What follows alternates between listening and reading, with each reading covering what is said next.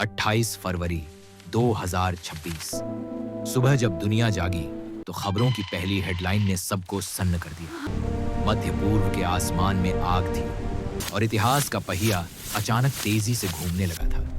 America और Israel ने एक संयुक्त सैन्य अभियान शुरू किया, ऑपरेशन एपिक फ्यूरी। 7 दिनों के भीतर 3000 से ज्यादा ठिकानों पर हमले, मिसाइलें समुद्र से उठी, जेट विमानों ने आसमान चीर दिया और ईरान के कई रणनीतिक शहर तेहरान, इस्फहान और कौम अचानक वैश्विक सुर्खियों के केंद्र बन गए।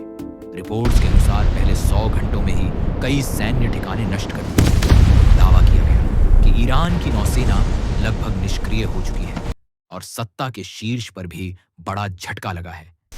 इस अभियान पर अरबों डॉलर खर्च हुए, लेकिन असली कीमत अब भी दुनिया को समझ आनी बाकी थी, क्योंकि जवाब भी आया।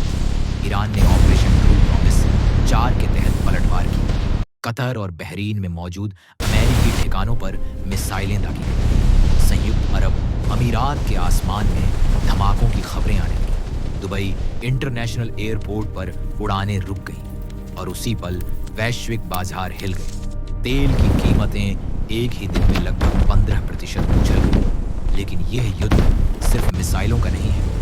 साइबर स्पेस में भी एक नया मोर्चा खुल चुका है। कुछ घंटों के भीतर ईरान की इंटरनेट कनेक्टिविटी लगभग पूरी तरह ठप हो गई। फोन स्क्रीन काली हो गई, संचार टूट गया और आधुनिक युद्ध का 5वां आयाम दुनिया के सामने था। अब पूरी दुनिया एक ही सवाल पूछ रही है, क्या यह तीसरे विश्व युद्ध की शुरुआत है? तनाव वैश्विक है, अर्थव्यवस्था पर असर साफ दिख रहा है, लेकिन असली फैसला तब होगा जब दुनिया की दूसरी महाशक्तियां खुलकर मैदान में उतरेंगी।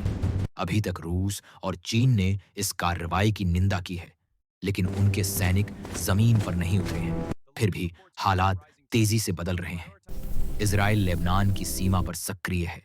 अमेरिका बिना शर्त आत्मसमर्पण की बात कर रहा है और इतिहास गवाह है, जब युद्ध की आग भड़कती है तो उसकी लपटें अक्सर सीमाओं को नहीं पहचानती।